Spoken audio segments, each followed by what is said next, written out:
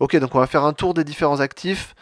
Sur le pétrole ici, on est entre 81 et 84. Donc pour l'instant, on est toujours en range. Pour moi, il n'y a pas d'opportunité, c'est pas très intéressant. On est dans un range, donc on va passer. Sur les crypto-monnaies ici, par contre, c'est très intéressant. Le Bitcoin ici part à la hausse. On est en train de casser, donc on a cassé les 53 000. On a retracé sur 63 000. On a cassé les 64 000 à la hausse.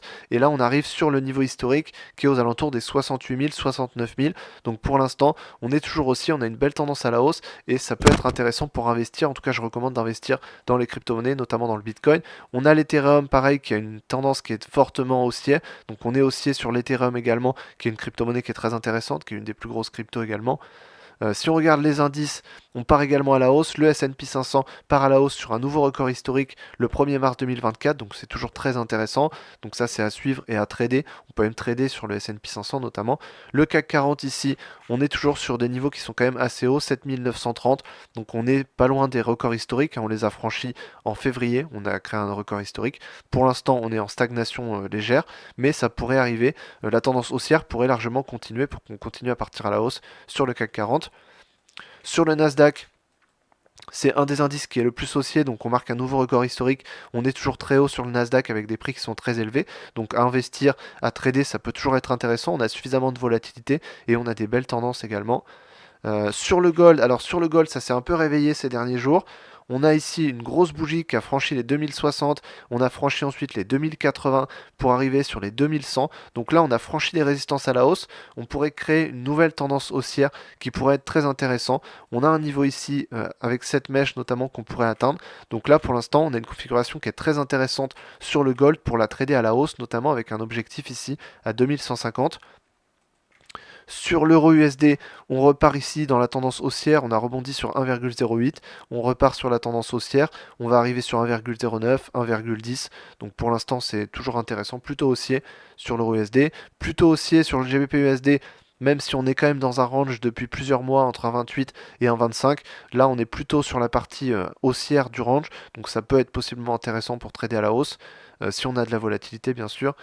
L'USDCHF, ici, on a une tendance plutôt haussière jusqu'à 0,89 ici. On a toujours un range qui est quand même assez fort. Sur l'USD Yen,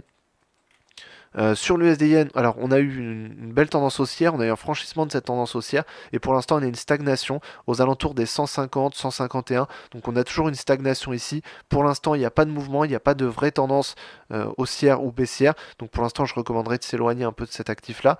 Sur la UD-USD, pardon, ça peut être plutôt intéressant par contre, parce que cette fois-ci on avait cassé donc une tendance haussière pour marquer une tendance baissière. On continue dans cette tendance baissière, et là on commence à marquer des bougies rouges qui peuvent être intéressantes. Donc pour trader à la baisse, ça peut être intéressant jusqu'à 0,645 notamment. Donc là, ça pourrait être très intéressant. L'USDK d'ici, donc on franchit une résistance 1,355. Donc là, on pourrait continuer à la hausse jusqu'à 1,36, 1,37. Donc ça, c'est à suivre, mais on a des opportunités intéressantes là-dessus. Et sur l'indice du dollar, alors on peut regarder également l'indice du dollar, on est plutôt baissier. On avait créé une petite tendance haussière ici, on a rebondi sur les 105 et cette fois-ci on repart à la baisse jusque sur le niveau des 104 ou 102 possiblement. Donc on a des niveaux qui peuvent être intéressants. Donc je pense que les meilleures opportunités pour cette semaine, c'est sur le gold avec la cassure des 2060 et 2080 pour arriver sur les 2150. Sur l'euro USD avec le rebond sur 1,08 qui pourrait nous amener sur 1,09 et 1,10. Sur la UDUSD avec le rebond sur 0,655 pour arriver possiblement sur 0,645 et 0,64.